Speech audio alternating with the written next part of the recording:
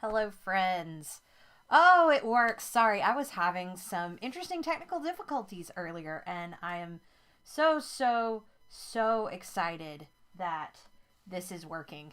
Yay! I had some interesting audio mixer issues that were coming up, and I'm really glad that my computer decided to behave. Whee!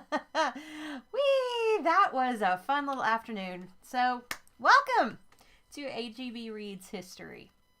If this is your first time with us, hi. My name is Amanda, aka AGB.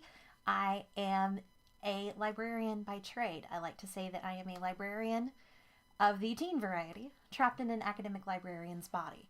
And every afternoon during this period of social distancing, well, most afternoons during our period of social distancing, we're going to come together to read. This week is actually a thematic week. This is the week of Remembrance in Action 2021, commemorating the passage of Executive Order 9066 that established the Japanese American internment camps during World War II. So all of our choices this week are themed around the Japanese American internment. And y'all, I am so excited. Today, we are reading a children's book together, and look at it! I have a screen capture going on! Oh, I'm so excited. Y'all would not believe how long this took me to get together.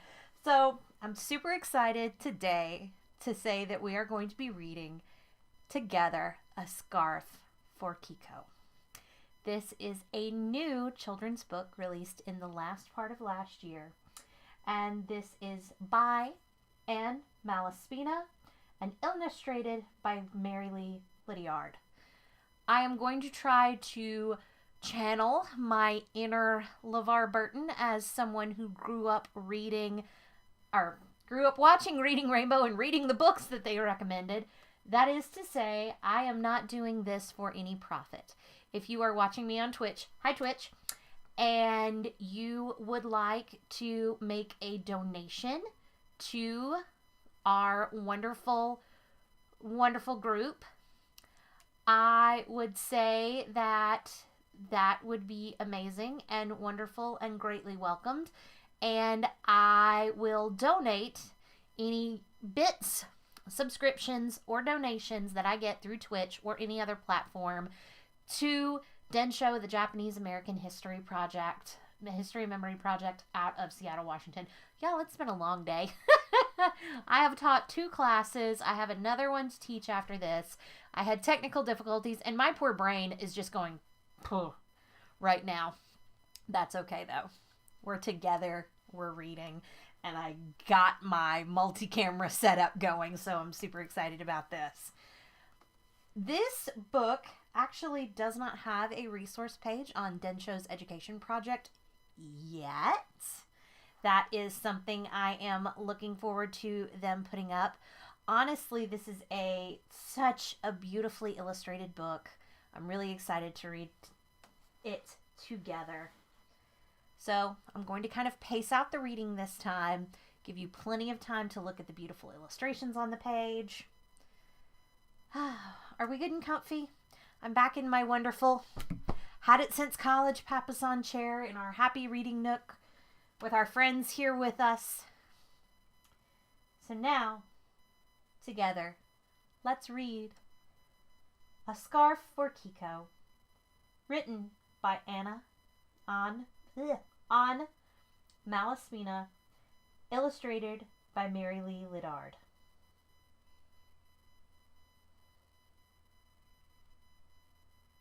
And in fact, here's their dedication page. Anne has dedicated this to the memory of Charlene Etsuko Unoki. And Mary Lee, the illustrator, has dedicated it to A.O. and M. May you remember to share kindness and love always. This is A Scarf for Kiko, written by Anne Malaspina, illustrated by Mary Lee Lydiard, published by Carbon Publishing. The needles slipped from Sam's hands, and the wool tangled up in knots. Knitting made him want to pull out his hair. Next to him, Kiko bent over her wool. Her needles flew like the wind. Click, clack, click, clack.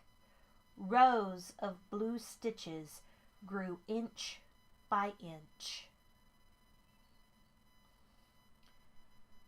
"Good work, Kiko," said their teacher, Mrs. Olson. "Having a problem, Sam?" Click, clack, click, clack. "Remember, pick up the yarn, wrap it around the needle, pull the stitch through," she said. "We must do our part for the war effort. Our soldiers are counting on you, Sam." "That's a mistake," Sam thought. "I'm a terrible knitter. No one should count on me." In the lunchroom, Sam felt a tap on his shoulder. Kiko smiled at him. "I can help you with your knitting." Kiko was Sam's next-door neighbor. Ever since President Roosevelt had declared war on Japan in December, some of Sam's friends refused to talk to Kiko and the other Japanese American students at First Street School in Boyle Heights.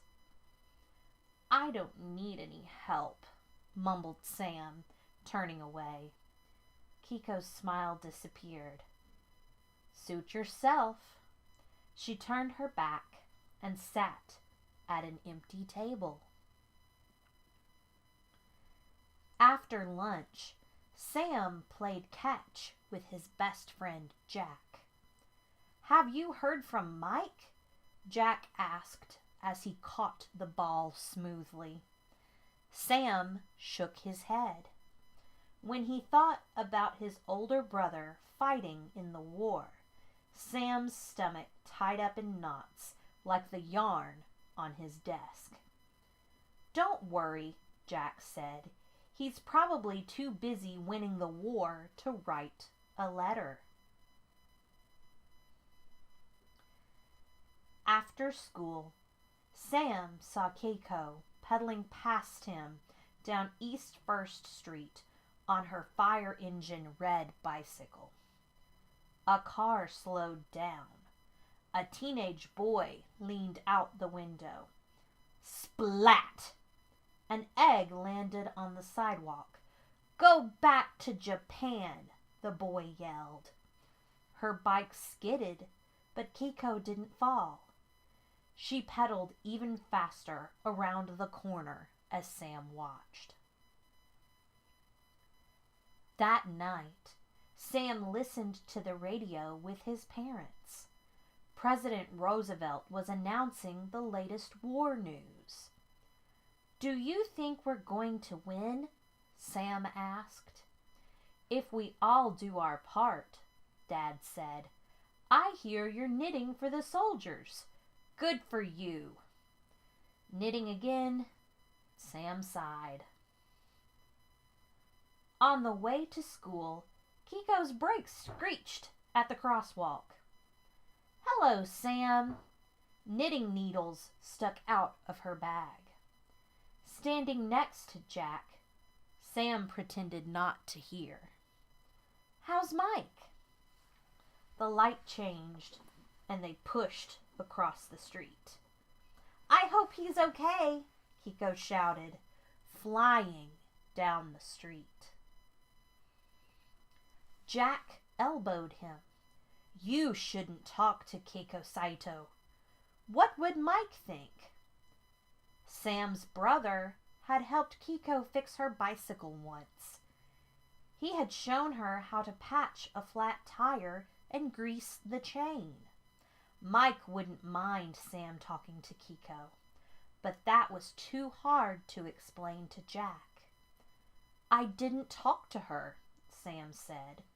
"She talked to me."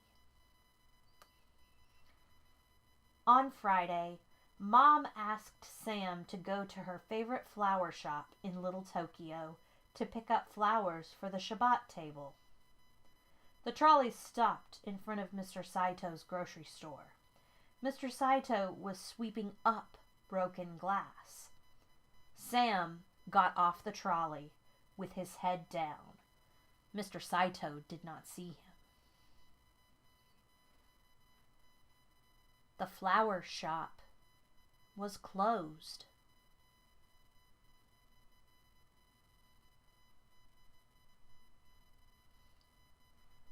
Just before sunset, Mom lit the Shabbat candles and said the blessing. After they sat down, Dad said the blessings over the wine and the challah. As they began to eat, Dad cleared his throat. President Roosevelt is worried that people with Japanese ancestors are spies, he said. He's sending them away. Mom shook her head. The war is terrible. My sisters in Poland are in great danger. Mike is risking his life to fight. And now little Tokyo looks like a ghost town. Sam put down his fork. But Kiko isn't a spy. Of course she isn't, Dad said. Mom nodded. I'm going to invite the Saitos for dinner tomorrow. They're good Americans and the best neighbors. Kiko wasn't at school on Monday. Knitting was a disaster. Sam almost poked himself in the eye. He threw down his needles. I can't do it. Mrs. Olson said he could write a letter to Mike instead. Dear Mike, I'm sorry that I won't be able to knit you a pair of socks. I'm a terrible knitter. Keiko's the best knitter in our class, but she may have to go away soon. Please come home safely. Your brother, Sam. After school, Kiko was sitting on her front steps. Hello, Kiko, Sam called out. She didn't look up. The only sound was her needles. Click, clack, click, clack. The Saitos can't come to dinner, Mom told Sam. They have to pack. They just learned they're being sent north to an internment camp in the desert. She gestured at the unfamiliar tea set on the kitchen table. They can only bring what they can carry, so I offered to take Mrs. Saito's precious tea set. I told her it will be here when they get home. How long will they be away? Sam asked. Mom sighed. No one knows. And then they were gone. The morning after the Saitos left, Sam saw it. Kiko's bike in front of his house. On the handlebars was a pair of blue wool socks with a note. Dear Sam, here are the socks I knitted for Mike. Tell him to come home safely. Your friend and neighbor, Keiko. P.S. You can borrow my bike until I get back. Sam shivered. The desert where Keiko was going would be cold at night. In his mother's yarn bag, Sam found a ball of red wool. Socks were too hard to make. But Sam could knit something else for Kiko. He remembered Mrs. Olson's advice. Pick up the yarn. Wrap it around the needle. Pull the stitch through. Click, clack, click, clack. Come home safely, Mike and Keiko. Click, clack. Click, clack. Come home safely. Sam's needles flew faster and faster, and rows of red stitches grew inch by inch. Dear Keiko, I wanted to make this scarf for you to wear while you're away. Your friend, Sam.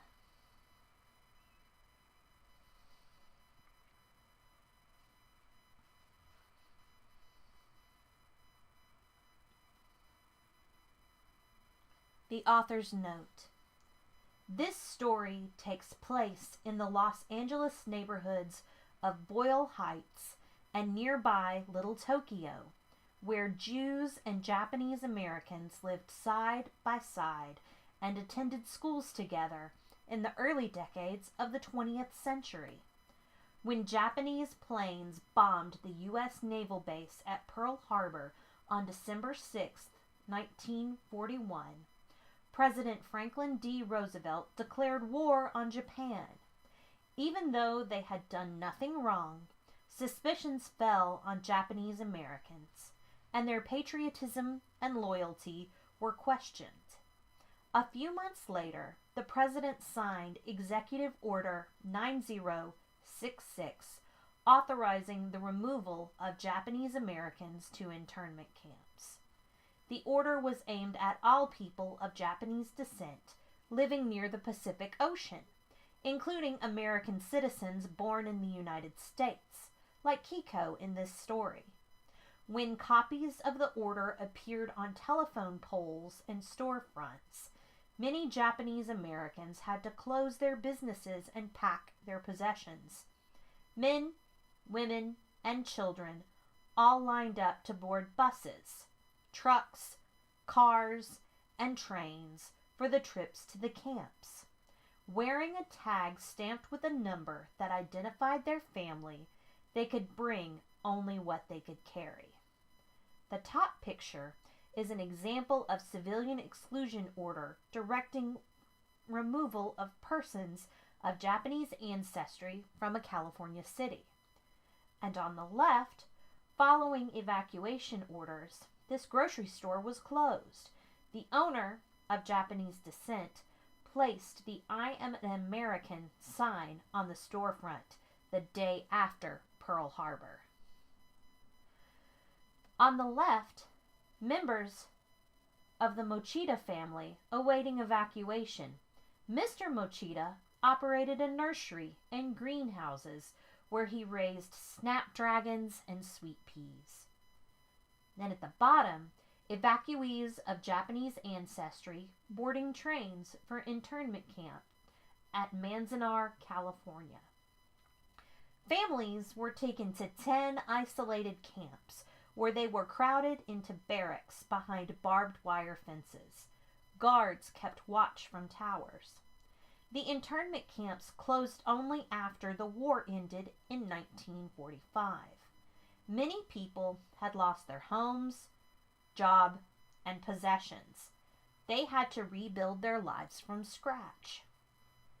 President Ronald Reagan eventually signed the Civil Liberties Act of 1988, which required the government to pay each survivor of the camps $20,000 and to set up a $1.25 billion education fund for their descendants. The act included an apology to the Japanese American community and acknowledged that, quote, a grave injustice had been done. About the author.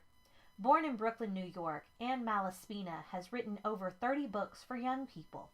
She has an MFA in writing for children and young adults from Vermont College of Fine Arts. Her books are about civil rights, literacy, nature, and people who faced great obstacles. She writes under a skylight in northern New Jersey. Mary Lee Lydiard grew up in a home filled with delightful artistic chaos and ample creativity. She spent most of her youth making things out of oatmeal boxes and drawing little humans or animals and telling the tales that went along with them. She is known for her love of kids' art design, toys, and DIY crafts. When not drawing or creating things for her 3 children, Mary Lee loves to travel, wander museums, sew, thrift, read, and nap.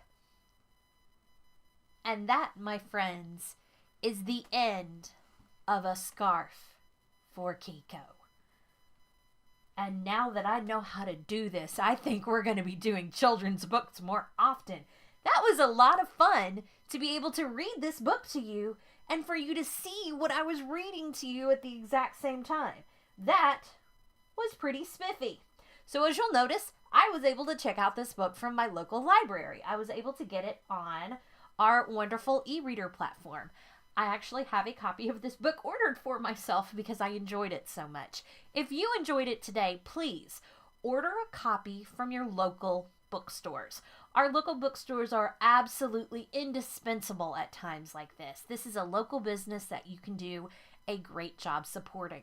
So, just to recap, we read A Scarf for Kiko today together. Now tomorrow, we're going to be reading another visual spectacular, shall we call it. We are going to be reading... You ready for this? We're going to be reading They Called Us Enemy, a graphic novel written by George Takei. I'm so excited to read a piece by George Takei. If you don't know who George Takei is, get thyself to a television and watch Star Trek. Mr. Sulu. I am still struggling with exactly what section we're going to read. I think we're actually going to read a section that's all about what happened after the internment camps, because right now we've kind of been going sequentially through the experience. So, for example, our book here talked about what happened to the families that were left behind when their Japanese American neighbors, their friends, were forced out. We talked about what happened when these camps were first established. So I think tomorrow we're going to read either from a section that's actually about life at camp, or we're going to read a section about what kind of happened after camp. So on Tuesday, or it's not Tuesday, on Thursday, that's what we're going to be reading. So let me recap what we've got left to read for the rest of our week. So on Thursday, we are going to be reading They Called Us Enemy, written by George Takei. On Friday, we're going to be reading a selection from The Mirror Diary by Garrett Hongo. This is going to go back into nonfiction, so these are his experiences and his lived experiences. And then on Saturday, we're going to be reading a chapter together from No No Boy by John Okada. And Saturday marks our transition into what I love, which is libraries in the internment camps. And I love it because it's a topic that hasn't really been discussed. I put No No Boy into that category because John Okada was actually a librarian. He worked at Seattle Public Library. And then we end the week on Sunday with a chapter from I Call to Remembrance, Toyo Tsuyamoto's Years of Internment, written by Toyo Tsuyamoto. We will actually be reading together about the library at Topaz. Beyond pumped to share that with you. So we have got 2 nonfiction pieces and 2 fiction pieces left. So, my friends, thank you for dealing with me as I was a little harried earlier with the potential for some, shall we say, uh, the worry of possible technical difficulties. For some reason, my audio capture wasn't showing before I was able to stream. It's working fine on stream now. It was being kind of stubborn earlier. It was sort of funky. So, until tomorrow, I wish you health and safety. Wear your mask, wash your hands, stay apart temporarily so we can come back together permanently. Take care of yourselves, take care of each other, and enjoy every sandwich. I will see you all next time. Goodbye.